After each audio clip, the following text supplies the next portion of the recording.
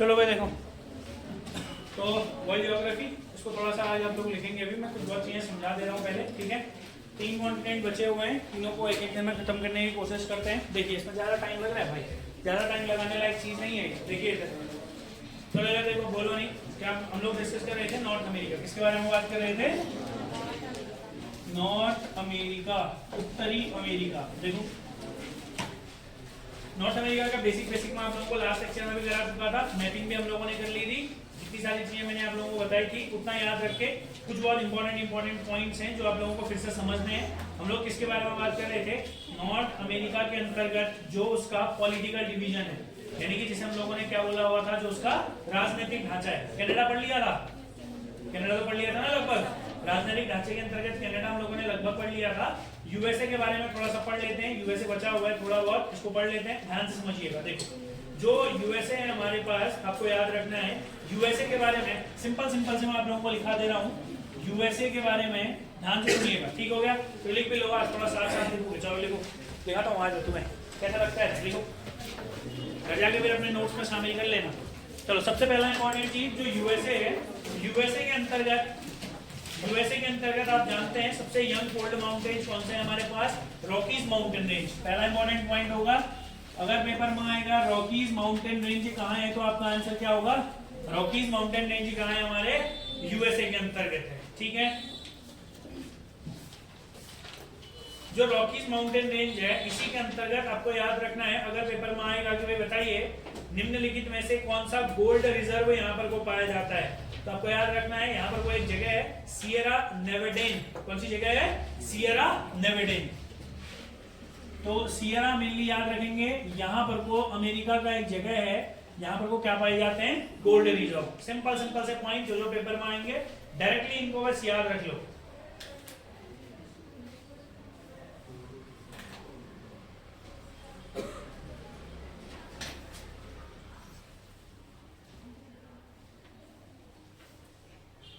चलो यहाँ पर जो घास के मैदान होते हैं उनको क्या कहते हैं? प्रेरीज। क्या कहते हैं सर? प्रेरीज। और आपको याद रखना है जो अमेरिका के अंतर्गत प्रेरीज घास के मैदान होते हैं वहां पर को सबसे ज्यादा जो खेती होती है वो कॉटन की होती है। किसकी होती है सर? कॉटन की होती है। किसकी खेती होती है? कॉटन की होती है। अगला पॉइंट, यहाँ पे जो घास के मैदान है उनको प्रेरीज कहा जाता है। इसको फटाफट से मैं बस खत्म कर रहा हूँ, मेन पॉइंट दिखा के नॉर्थ अमेरिका को। फिर सिमिलर तरीके से साउथ अमेरिका, ऑस्ट्रेलिया और यूरोप, ये दोनों अफ्रीका और यूरोप। फिर वो करते हैं prairies, these are called grassland. यहाँ के जो घास के मैदान है उनको प्रेरीज कहा जाता है। यह कॉटन प्रोडक्शन के लिए इंपॉर्टेंट होते हैं। कपास की खेती होती है यहाँ सबसे ज्यादा। किसकी खेती होती है? कपास की खेती होती है। आगे बढ़ते हैं।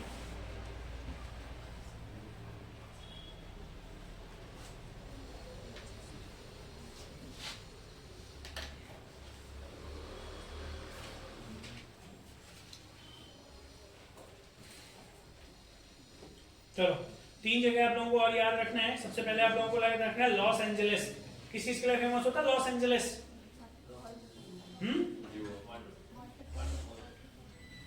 लॉस एंजलिस कौन सा वाटरफॉल? एंजल फॉल्स है वो। चलो एंजल फॉल कहाँ है? वेनेजुएला में है। मैं लॉस एंजलिस की बात कर रहा हूँ। अरे लॉस एंजलिस ज्यादा जितने भी अवार्ड वगैरह सेरेमनी होती है कहाँ होती है? ऑस्कर्स वगैरह। तो जो एंटरटेनमेंट के लिए एक बहुत इंपॉर्टेंट शहर है, फिल्म इंडस्ट्री बोलो, एंटरटेनमेंट बोलो, कौन सा है? Los Angeles. अच्छा तुमने कभी हॉलीवुड मूवीज में लंबी लंबी सी सड़कें देखी है खतरनाक तरीके से? तो सारी शूटिंग कहीं होती है, ठीक है ना? मियामी हो गया, लॉस एंजलिस हो गया, इन्हीं वाले क्षेत्रों में होती है। तो आपको बस एक चीज याद रखनी है, लॉस एंजलिस ज्यादातर जाना जाता है एंटरटेनमेंट और एरोस्पेस के लिए। किसके लिए जाना जाता है? एरोस्पेस, ठीक है। उसको अगर लिखना चाहो तो लिख लो, उतना इंपॉर्टेंट नहीं है। बट हाँ, यहाँ का जो सैन फ्रांसिस्को है, अमेरिका का एक शहर है, कौन सा? San Francisco. किस चीज के लिए जाना जाता है? फाइनेंशियल सर्विसेज के लिए। आपको एक बात पता है ना, जो भी हमारे यहाँ पर को शेयर मार्केट या जो भी ऐसी सारी चीजें होती हैं, अगर आपने कभी पूछा, कभी आपको पता है वॉल स्ट्रीट क्या? वॉल स्ट्रीट के बारे में नहीं पता है? कॉपी के टॉप में लिखिए वॉल स्ट्रीट। कॉपी के टॉप में लिखिएगा वॉल स्ट्रीट। एक और काम करिएगा, सबसे पहले सैन फ्रांसिस्को के डैश करके लिखिएगा Wall Street of west. Wall Street of west, Wall Street of waste,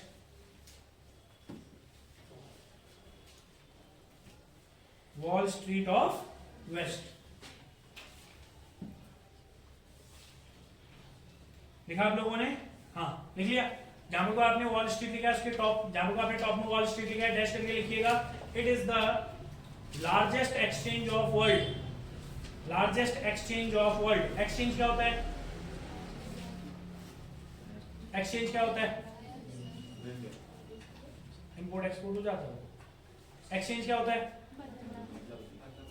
आदान प्रदान कह सकते हैं, कोई दिक्कत नहीं है। बट इसको सुनो, देखो जैसे मान लो आप थोड़ा सा शेयर मार्केट समझो, पता शेयर मार्केट के बारे में कुछ है? अच्छा शेयर मार्केट क्या है? पैसा ही पैसा है। शेयर मार्केट क्या है? तो सर पैसा ही पैसा। एक गधो लुटता भी आदमी उसमें। इधर देखो तुम, देखो भाई जैसे ना, सुनो एक चीज हल्का सा कॉन्सेप्ट समझा रहे, यूएसए के बारे में पढ़ो फिर उसके बाद इसको खत्म करते हैं। देखो मान लो कि जो हमारे पास कोई भी जगह है, जैसे मान लो कोई भी स्थान ले लो, मान लो अगर किसी भी स्थान के अंतर्गत, जैसे हमारे यहाँ पर बीएससी और एनएससी, बॉम्बे स्टॉक एक्सचेंज और नेशनल स्टॉक एक्सचेंज, जैसे वो क्या ना ब्रोकरेज हाउस होता है। जैसे मान लो कि मैं हूँ, ठीक हो गया ना, मान लो कि मैं हूँ, अब मेरे को पैसा लगाना है कहीं भी, कोई भी कंपनी ले लो, टीसीएस ले लो, इन्फोसिस ले लो, बहुत सारी है। समझ में आ रहा है मैंने क्या बोला? मान लो मैंने कोई भी एक कंपनी पकड़ ली, मान लो मैंने टाटा पकड़ ली, मेरे को टाटा को पैसा लगाना है। मान लो टाटा का कोई भी शेयर है, मैंने टाटा के 100 शेयर खरीदे। ध्यान से सुनना मैंने क्या बोला, मैंने टाटा के क्या खरीदे? 100 शेयर खरीदे। उसका मतलब क्या है? अगर मान लो टाटा का एक शेयर 1000 रुपीज का है, तो 100 गुणा 1000, 100,000 यानी कि 1 लाख। मैंने क्या किया? टाटा को 1 लाख रुपया दिया और टाटा ने उसके बदले में मेरे को कितने शेयर दिए? 100 शेयर दिए। तो इसका मतलब क्या है? उन शेयरों का मेरा क्या मतलब है? उन शेयरों का मतलब ये है कि भैया आपने टाटा को पैसा दिया है, टाटा उस पैसे को इन्वेस्ट करेगा। टाटा उस पैसे को क्या करेगा? इन्वेस्ट करेगा। इन्वेस्ट करेगा तो उसकी कंपनी को ज्यादा मुनाफा होगा, पर इनडायरेक्टली वो मुनाफा आपको भी होगा, क्योंकि आपकी भी उस जो शेयर, जो कंपनी है उसमें क्या है? हिस्सेदारी है। उसमें क्या है? आपकी हिस्सेदारी है। तो जब कभी भी अगर देखो ना, ये बहुत ही बड़ा सा टॉपिक है ना, चाहे आप शेयर मार्केट की बात करें, चाहे आप म्यूचुअल फंड्स के बारे में बात करें। म्यूचुअल फंड पता है आप लोगों को क्या होता है? आप लोगों में से कोई है जिसने अभी तक मतलब कुछ भी इन्वेस्ट किया है? गरीब आदमी वाला सब काम करे इन्वेस्ट ना, ऐसा हो मन में आता है। चलो ठीक है, नहीं किया तो बढ़िया है। चलो इधर सुनो, तो सुनो भाई, जहां पर को, इधर सुनो, जहां पर को मैंने, अब ऐसा तो नहीं है, सुनो वो छोड़ो तुम म्यूचुअल फंड, जो मैं समझा रहा हूँ समझो। अब ऐसा तो नहीं है कि मैं टाटा डायरेक्ट मिलूंगा टाटा के ओनर से, लेवल 1 लाख रुपया लेवल मेरी तरफ से, ऐसा कहूंगा मैं उससे भाई मेरे जैसे 1 लाख उसके पास कहीं है कि नहीं है? तो हम क्या करते हैं? उसके लिए बने होते हैं एक्सचेंज। क्या बने होते हैं? एक्सचेंज। शेयर लीजिए और पैसा दीजिए। और अगर अब वही है मेन है, आपकी स्टडी कितनी अच्छी है। समझना, जैसे मान लो मेरे पास कोई एक शेयर है, जैसे मैं आपको बता दूं, मेरा एक शेयर है, मेरे पास एक शेयर था, मैंने 2018 में खरीदा था। उस शेयर की कीमत थी लॉयड स्टेट्स 90 पैसे। 2018 में इस शेयर की कीमत थी 90 पैसे। वर्तमान समय में इस कीमत की शेयर है 17 रुपए, है ना। और अभी 2-3 महीने पहले ये गया था 24 रुपए, इसका हाईएस्ट था 24 रुपए। मैंने 1 रुपए से कम एक शेयर में इन्वेस्ट किया था, मेरे को एक शेयर ला के दिया 24 रुपए। समझा ना मैंने क्या बोला? इसी तरीके से बहुत सारे शेयर्स होते हैं। अभी कई सारी रिपोर्ट्स आई हुई हैं, कई शेयर्स ऐसे हैं 2000 2000 में जिस शेयर की मतलब कुल मिलाने के तुम्हें डायरेक्ट बताता हूँ, सन 2000 सन में जिसने 1 लाख रुपए इन्वेस्ट किया होगा, उसके पास 2022 में 14 करोड़ हो गया होगा। समझा मैंने क्या बोला? ऐसा ये भी लॉयड स्टील्स के साथ भी होगा आने वाले सालों में। समझ में आ रहा है मैंने क्या बोला? तो क्या है, नहीं बिटकॉइन तो खराब हो गया ना, बिटकॉइन खत्म हो गया, क्योंकि बिटकॉइन पर 30% टैक्स आ गया और वो 30% मुनाफे पर नहीं है। तो वो पता है बिटकॉइन क्या है? चाहे तुम्हारा फायदा, मेरे पास भी था बिटकॉइन बहुत पहले, जब 15-20 हजार का था 2019 में मैंने बेच दिया था उसी समय अगले साल। तो मैं भी तुमको थोड़ी पढ़ा रहा था अभी। एक अगर बिटकॉइन की कीमत 45 लाख रुपए है वर्तमान समय में, है ना। तो मेरे पास आधा बिटकॉइन था, 8-8.5 हजार का खरीदा था मैंने उस समय में। उतना भी तो मेरे पास उधर कितना कुछ भी नहीं तो 10 लाख का होता ही है ना। बेच दिया था पहले, अभी नहीं बेचा तो कहते हो तुमको थोड़ी पढ़ा रहा था अभी, है ना। चलो सुनो वो छोड़ो, मगर बिटकॉइन क्या हो गया अब? बिटकॉइन पर क्या आ गया? 30% टैक्स। और वो 30% क्या पता है? चाहे तुम्हारा फायदा हो चाहे तुम्हारा लॉस हो, 30% कटेगा ही कटेगा। जैसे ना अब देखो एक्सचेंज है, जैसे वजीरेक्स है। वजीरेक्स क्या है? अब जिसने कभी पढ़ा होगा इसके बारे में तो पता है, वजीरेक्स है कॉइन एक्सचेंज। वजीरेक्स क्या है? Coin exchange. और कॉइन उतना सक्सेसफुल नहीं रहा है, ठीक है ना। जैसे आपने कॉइन को पैसा दिया, वजीरेक्स मतलब बिटकॉइन जो है वो भी एक कंपनी, आपने उसको पैसा दिया कि भैया आप अपना इन्वेस्ट करो। ये कॉइन का कॉन्सेप्ट उतना अच्छा नहीं है, इसीलिए इसको छोड़ देते हैं अभी के लिए। मैंने क्या बताया बस आपको 30% है, ये नहीं है। जैसे मान लो मैंने 100 रुपए डाले बिटकॉइन के अंतर्गत, मतलब मैंने कॉइन मार्केट में 100 रुपए डाले, मैंने आज 100 रुपए के कॉइन खरीदे और कल के दिन बीच में एक चला था ना डोज कॉइन। चलो छोड़ो, तुम तो ऐसे मुंह बना जैसे कि तुमने कभी सुने नहीं है सारी चीजें, कोई दिक्कत नहीं है, छोड़ो, तुम्हें कोई मतलब नहीं है सारी चीजों से। तुम इधर सुनो, कॉइन मार्केट सही नहीं है। जैसे 100 रुपए तुमने डाले तो 30 रुपए पहले सरकार ले लेगी, समझ में आ रहा है ना, ऐसा मान लो। मगर शेयर मार्केट बहुत अच्छा है। शेयर मार्केट ना कुछ नहीं है, लोगों का इमोशन है, समझ में आ रहा है ना। मेरा दोस्त वही कहता है शेयर मार्केट लोगों का इमोशन, और ये बात सही भी है। अगर आप कभी शेयर मार्केट में इन्वेस्ट करने की सोचेंगे तो आपको सबसे पहले एक ब्रोकरेज हाउस चाहिए होगा, है ना। जैसे ब्रोकरेज हाउस बहुत सारे हैं, जैसे ब्रोकरेज हाउस जैसे 5 पैसा है, ज़ेरोधा है, समझ में आ रहा है ना, एलिस ब्लू है, गुडविल है, ये बहुत सारे ब्रोकरेज हाउस हैं। आपने एक जगह रजिस्टर किया, वो आपको ब्रोकरेज देंगे, मतलब क्या है ना, आप वो एक्सचेंज है, समझ में आ रहा है ना। आप क्या, वो ब्रोकरेज हाउस है, ब्रोकरेज हाउस से बड़ा होता है एक्सचेंज। वो आपको एक्सचेंज ला करके देंगे, आपसे बोलेंगे कि भैया पैसा दो इनको और क्या कर लो आप, मतलब वो ब्रोकर है बीच में, समझ में आ रहा है, एक्सचेंज और कस्टमर के बीच में। तो जो विश्व का सबसे बड़ा एक्सचेंज है वो कौन सा है? तो वॉल स्ट्रीट है, न्यूयॉर्क में है। कहाँ है? न्यूयॉर्क में। और उसी में वेस्ट साइड में सैन फ्रांसिस्को भी फाइनेंशियल के लिए जाना जाता है, इसीलिए वॉल स्ट्रीट ऑफ वेस्ट किसको कहते हैं हम लोग? सैन फ्रांसिस्को कहते हैं। और मैं एक बात आपको एक और राय देता हूँ, आज जीवन में इसको इम्प्लीमेंट करना। जब भी खाली होता है ना, खाली देखो, आपको क्या बोलता हूँ, टाइम बहुत इंपॉर्टेंट है। खाली वैसे आदमी ना, खाली होता तो क्या सोचता है आदमी? मूवी देख लेता होगा। ये तुम्हारे मूवी देखने के नहीं है। आप सोचो, अगर आप अभी खाली हैं, देखो बिल्ड योर सेल्फ, आपको समझते हैं बिल्ड योर सेल्फ का मतलब समझते हैं? आप अपने आप को बिल्ड करिए कभी भी। आपको अगर आप फ्री हैं या तो पढ़ाई कीजिए, बहुत पढ़ाई कर ली है, मतलब ऐसा पढ़ाई मतलब लगभग कर ली, आज का कोटा पूरा हो गया, आप खाली हैं, तो क्यों ना थोड़ी देर मार्केट के बारे में पढ़ लिया जाए, क्यों ना देख लिया जाए फाइनेंशियल न्यूज क्या है। यूट्यूब पे फॉलो कीजिए जी बिजनेस, सुबह वो कॉल्स देते हैं रोज सुबह 9 बजे वो बताते हैं एनालिसिस के साथ आज क्या क्या होगा, समझा ना। ट्विटर पर अकाउंट खोलिए, ट्विटर को देखिए कि भाई कौन कौन से बड़े बड़े बिजनेसमैन क्या क्या ट्वीट कर रहे हैं, फाइनेंशियल रिपोर्ट्स आती है उनको पढ़ी। ऐसा थोड़ी एक ही दिन में सब पढ़ लो, धीरे धीरे पढ़ो, धीरे धीरे तुम्हें उसकी समझ आएगी और फिर धीरे धीरे इन्वेस्ट स्टार्ट करो, समझ में आ रहा है ना। और अगर इन्वेस्ट स्टार्ट करोगे तो भाई शेयर मार्केट एक इतना अच्छा क्षेत्र है जहां पर से आप बस पढ़ाई के माध्यम से आप कहीं भी होंगे। मैं क्या कहता हूँ, आप अपने लिए इनकम का एक ऐसा सोर्स बनाइए कि आने वाले 30 सालों बाद आपको काम करने की जरूरत ना पड़े, 30 सालों बाद बस पैसा आए और आप आराम करें। है ऐसा संभव है? मास्टर कभी सपने में दिखाता है, और ये सपने मतलब थोड़ा सा खतरनाक हो जाते हैं ना, तो मास्टर सब लोग बहुत तैयारी करे, करने देना कभी से, है ना। फिर अब आज से कई लोगों का मन विचलित होगा, मन विचलित नहीं करना भाई, तुमने बस पुलिस कांस्टेबल निकालना है बस, ठीक है। अभी कोई शेयर मार्केट नहीं, जिस दिन कांस्टेबल निकल गया उस दिन मैं सिखा दूंगा तुम्हें, ठीक है। हाँ चलो, तो तुम कहाँ ले गए मेरे को, है ना, सैन फ्रांसिस्को में पढ़ लेते हम बढ़िया तरीके से, शेयर मार्केट पहुंचा दिए तुम। कोई है जिन लोगों ने इन्वेस्ट किया हो तुम में से? है भाई लड़की टाइप का आदमी है? इंटरेस्ट किस किस को है? हाथ ऊपर करो जरा, 1 2 3 4 5। इंटरेस्ट है तुम लोगों को? पढ़ते क्यों नहीं होगा तुम? इंटरेस्ट है? पूछा तो नहीं आएगा, इंटरेस्ट है देखो। चलो लिखो अगला पॉइंट लिखो, सैन फ्रांसिस्को किस चीज के लिए जाना जाता है?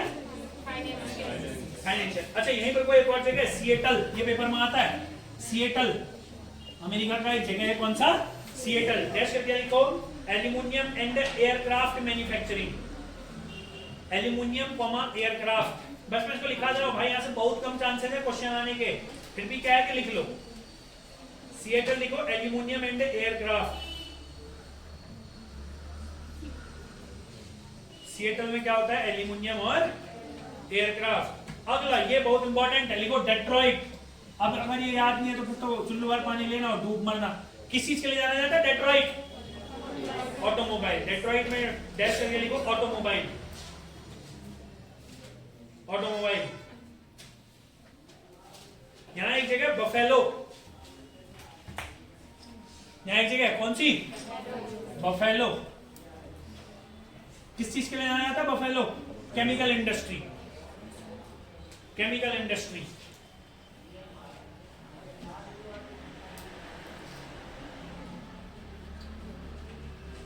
बॉस्टन नामक सुना? बॉस्टन सुना है?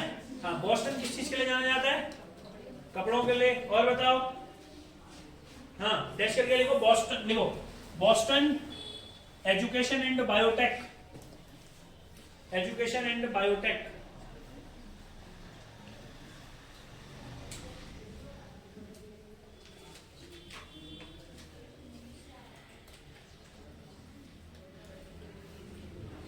न्यू फाउंडलैंड पढ़ाया था मैंने तुम्हें, कहा था न्यू फाउंडलैंड? हाँ मैक्सिको के जस्ट नीचे पे वो न्यू फाउंडलैंड पढ़ाया था ना, कनाडा के अंतर्गत, बताया तो था। हाँ तो ज्यादातर वो बस बता रहा हूँ, खत्म हो गया। न्यू फाउंडलैंड जो था वो किस चीज के लिए फेमस है? फिशिंग के लिए, ठीक है ना। चलो इधर सुनो, नॉर्थ अमेरिका में हम लोग इतना ही करेंगे, ज्यादा कोई खास बात है नहीं इसमें। फिजियोग्राफी इसकी नहीं पढ़ रहे हम लोग, क्योंकि जितना है मिनरल्स वगैरह मैंने आप लोगों को लिखा दिया है। अब इधर सुनो बच्चों, ध्यान से सुनना, ज्यादातर जो हमें याद करना है वो यूरोप और अफ्रीका।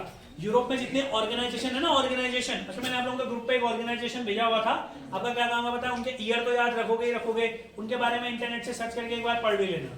वैसे मैं भेज दूंगा फोटोज आज, ठीक है ना।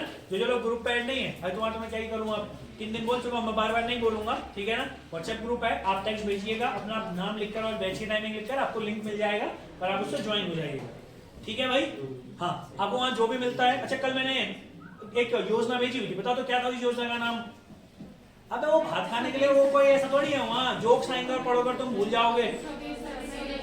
हाँ क्या था? स्वदेश दर्शन योजना। कब किया स्वदेश दर्शन योजना? 2014-15। स्वदेश दर्शन योजना के तहत बहुत सारे क्या विकसित किए जाने? क्षेत्र। जैसे हमने आपको बताया ना, सर्किट विकसित किए जाने, सर्किट मतलब क्षेत्र है। तो कौन से सर्किट के तहत 3 मंदिरों को विकसित किया गया है? हेरिटेज सर्किट के तहत 3 मंदिर। कौन कौन से 3 मंदिर हैं उत्तराखंड के? बैजनाथ, जागेश्वर और कटारमल, याद है ना। हाँ पेपर में ये क्वेश्चन आएगा ऐसे ही, निम्नलिखित में से कौन सा मंदिर स्वदेश दर्शन योजना के तहत है या नहीं है। इस तरीके से रोज 2-2 4-4 वहां आते जाएगा, पढ़ते जाना साइड बाय साइड। अरे ठीक है भाई, कुछ भी आ सकता है, उत्तराखंड का भी आ सकता है, सेंटर का भी आ सकता है, कोई रीजनिंग के क्वेश्चन भी दे सकते हैं कभी, कुछ भी। तो जब भी टाइम मिलता है फ्री टाइम पर उसको देख लो। जब मैं टाइम निकाल करके व्हाट्सएप पे आप लोगों के लिए भेज रहा हूँ, तो आपका भी तो कर्तव्य बनता है ना ढूंढना। बेटा मॉक टेस्ट में वहां से भी आएंगे क्वेश्चन, हाँ समझ गए। तैयारी मतलब तैयारी, तैयारी मतलब टाइम पास नहीं होता है, समझ गए। चलो आज के लिए इतना ही। आज शेयर मार्केट का ज्ञान तुमने थोड़ा ज्यादा ले लिया, बाकी चीजों का ज्ञान। अब एक और चीज और सुनो, एक सुनना ध्यान से। कल एक काम कर लेना, एटलस तो ठीक ही है, ले आओगे तो कोई दिक्कत नहीं है जिसके पास एटलस है। कल हम एक बहुत इंपॉर्टेंट कॉन्टिनेंट पढ़ लेंगे, यूरोप। इसके बारे में पढ़ लेंगे कल, यूरोप बिना मैपिंग के फैक्ट पर बेस्ड आधारित पढ़ेंगे, यूरोप में जितने फैक्ट है और अफ्रीका, ठीक है। फिर थोड़ा सा 2-3 यूनिट है, खत्म करके इसको खत्म करेंगे। चलो।